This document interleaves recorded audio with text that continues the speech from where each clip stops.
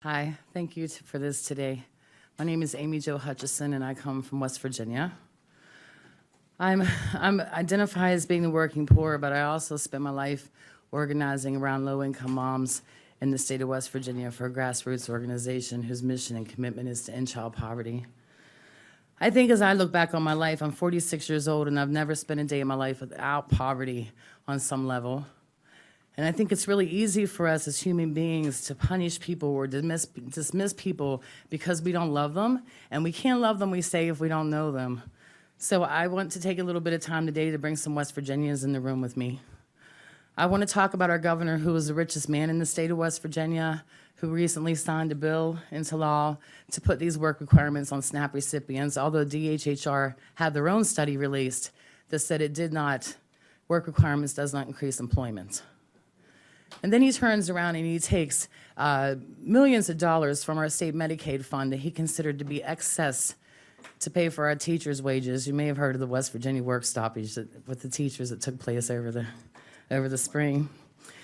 So today I want to turn your attention to Ashley, who is 21 years old, and she has autism. But Ashley is so high-functioning autistic that Social Security says that she doesn't qualify for disability.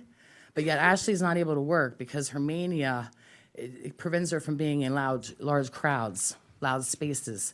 She's tried several times and she hasn't been able to keep a job because of her disability with autism.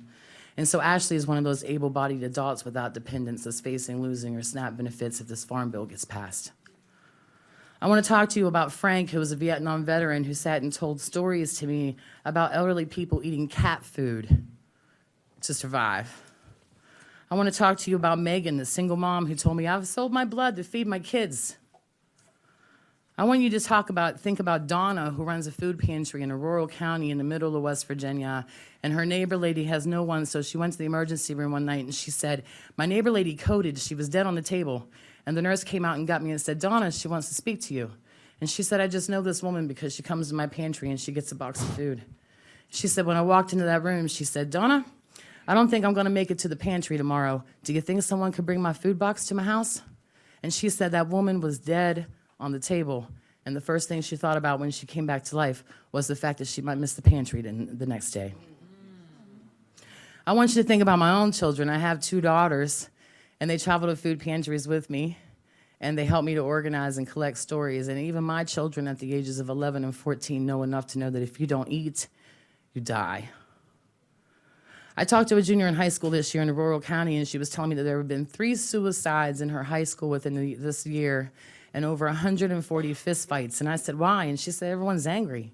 I said, why are they angry? And she said, you can't be poor and you can't be happy at the same time. And I don't know about you, but in my experience living in West Virginia, that young lady that's a junior in high school just described the opioid crisis in 10 words. So I want you to tell me, I had Medicaid, and so without any notice, DHHR sent me a letter. They told me I'd forgotten to send a form in February. So this is April when I get the letter.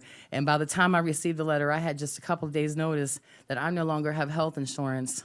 So please tell me, as a poor person, what I'm supposed to do. I have a bachelor's degree.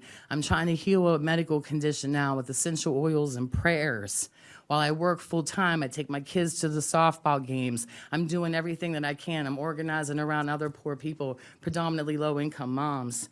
And so I just don't think that we should have to give this much of ourselves in order to have a good quality of life in America, the richest country in the world. And that's all I have to say. Thank you. Thank you so much, Amy.